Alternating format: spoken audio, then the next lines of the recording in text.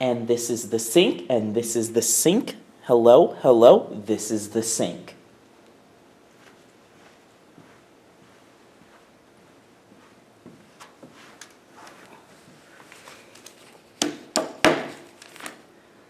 Hi, it's me. Welcome back. I know it's been a minute since I last uploaded a video. I'm so sorry. I was working on a project and then I got distracted. But hopefully those videos will come out. This video is going to be a little different given the current circumstances of everything. I'd like to take my time to address it and let me get this out of the way right now. I am not a medical professional. I am no expert on all of these things, and I am going to be staying away from giving any specific medical advice on the outbreak of COVID-19. Mostly I will be focusing on the rhetorical aspects of how we're talking about it and how we're framing everything around it. With that said, I think it's very important to please go listen to your medical experts. Please listen to the CDC and the WHO about what's going on and how to proceed forward. The first thing I want to address is the way we're talking about 2020. Really magical number there. Very, rare that we get to the point where we have the two numbers being the same, right? The year 2020. And a lot of people have given this year the name, or prior to actually this year happening, many people gave this year the name of Clear Vision. 2020, the year of clear vision. And that's a fun little name, it's interesting, but a lot of people are kind of throwing that around now as we're talking about the outbreak of COVID-19, coronavirus, and how, 2020 has been nothing but a letdown. All of this, there's no clear vision. Where is it? Where's the clear vision? Everyone's asking, everyone's wondering. I am here to say that 2020 is not clear vision, but rather 2020 is hindsight. And I think these first few months and these next couple of months will definitively prove that. The phrase is hindsight is 2020. And the reason I am taking this position is that a lot of the things we've seen happen are predictable. And I don't mean the outbreak of the virus, but the way it spread was something that could have been predicted, and the way we're handling it and the way, the economy is collapsing, people are having to work from home, are all things that could have been predicted because these gaps have been there from the get-go, right? And that's a lot of things that have been talked about, is this idea that, this is super unforeseen, this is super unpredictable, but, coronavirus has been around since 2019, right? The tail end of it. The way we handled it and the way the global community has handled it has been nothing shy of many, many different wrong missteps. And I think we just have to figure out that a lot of the problems we're facing, a lot of the things that we're seeing, the shortages, the being unable to pay for rent and stuff like that, is obviously a predictable thing. There's gaps in the system, and we have failed repeatedly, time and time again, to fill these gaps. With appropriate policy, such as like paid leave, things like that would fill these holes that we have allowed to consume us in this moment of panic.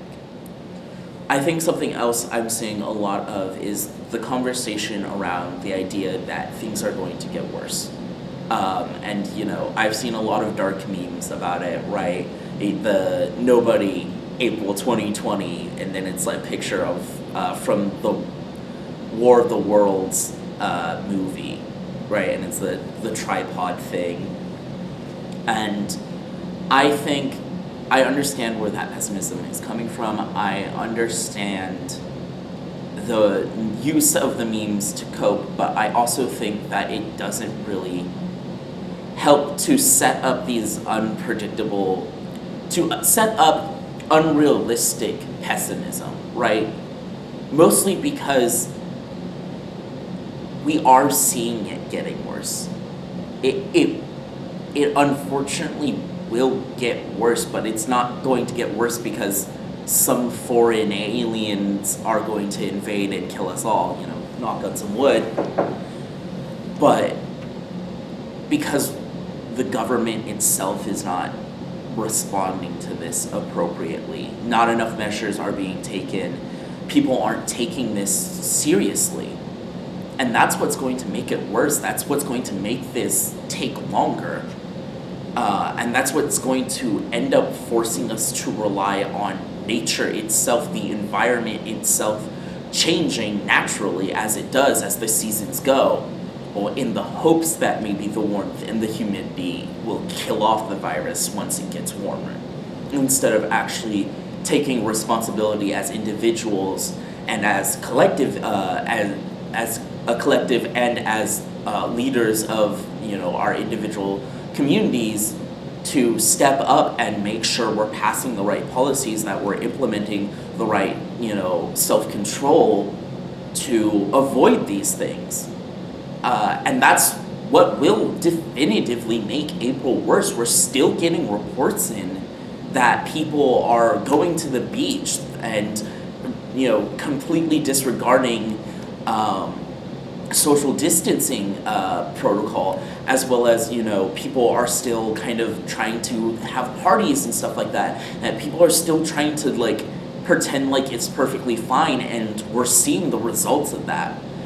And that's what's going to make it worse. It's not this aliens will invade thing.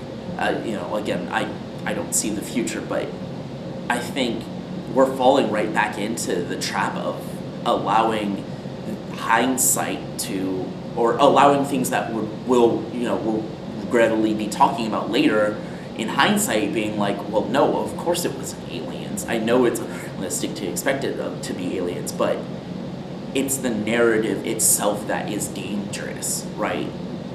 That the way it's going to get worse is some unpredictable, wildly uncontrollable thing, when in actuality the way it's going to get worse is predictable. It is controllable, right? It's people just deciding not to do the right thing, governments deciding not to do the right thing. And that's just ultimately unfortunate, right? And it falls back straight into the narrative of hindsight. We'll be talking about this at the end of May, being like, well, in hindsight, I saw it would have been, we could have predicted that, yes, the virus would have spread even further in April because people didn't follow the right protocols, because the government is continually negligent on the matter. And I think if we're ever going to reach this state of 2020 being clear vision, we're going to have to look at this half of the year when we get towards the end of the year, and we're going to genuinely have to hold the people in charge and making these decisions responsible. And I think the way 2020 provides us this clear vision, the way we get clarity, is that we wake up. It's time for us to stop pretending like all of this is fine.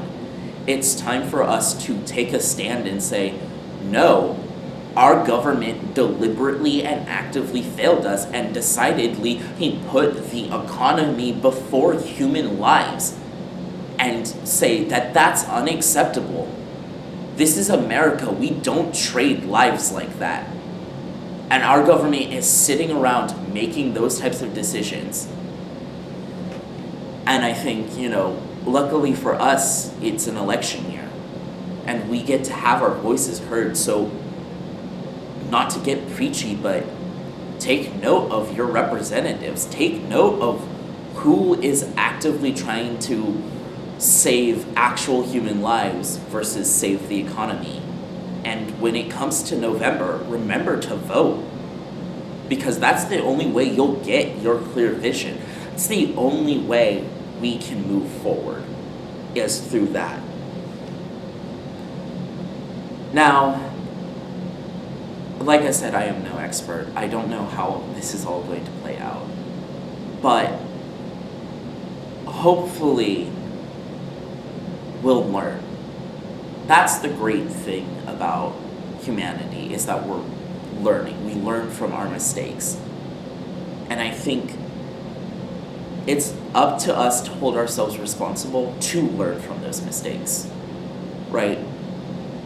After this, after we're done with all of this, we need to be social advocates. But every single one of us needs to get up and say, hey, we don't trade lives, and there are gaps within our system that we have to fill. We can't just pretend like pandemic is a one-time thing. There could be more pandemics. There will be more pandemics, and when they come, we need to be ready. We need to put more pressure on our hospitals to have more ventilators. We need to put more pressure on our government to step up and protect lives and not the economy. We need to hold ourselves and our friends and families responsible for their actions. So if you know somebody who's one of those wild spring breakers who's like, I still want my spring break, so I'm gonna go to Florida and chill on the beaches and just completely disregard the current global crisis, hold them accountable. Call them out. Don't be afraid to say, hey, this is not the fucking time to be doing this. It's unacceptable and damn near negligent and fucking disgusting to be so selfish that you're focused on partying when the world is literally dying right now. That is the only way forward. Is together and by holding each other responsible and holding those in power responsible for their decisions and their actions. Look, I may just be some crazy person who has a camera and the capability to speak, but a lot of the things I'm talking about are real, and the way we talk about them is how we shape our world and how we react to them. We have to stop talking about, how 2020 is this, supposed to be this clear vision, and instead look at what it is for what it is. It's hindsight. It is, I'm sorry. We just have to be in this together, and we have to continually, after this, still work together as a community, as, people, as humans, to better ourselves and our lives and the lives of the people around us. Because the way we treat even the most, obscure life places all of the value on every life. And I think that's important.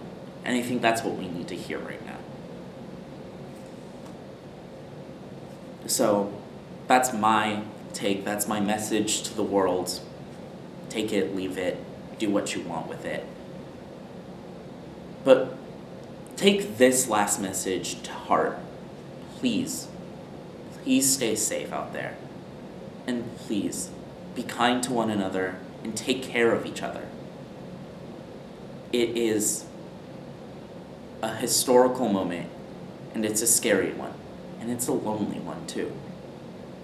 So we have to be there for each other. Thank you, and good night.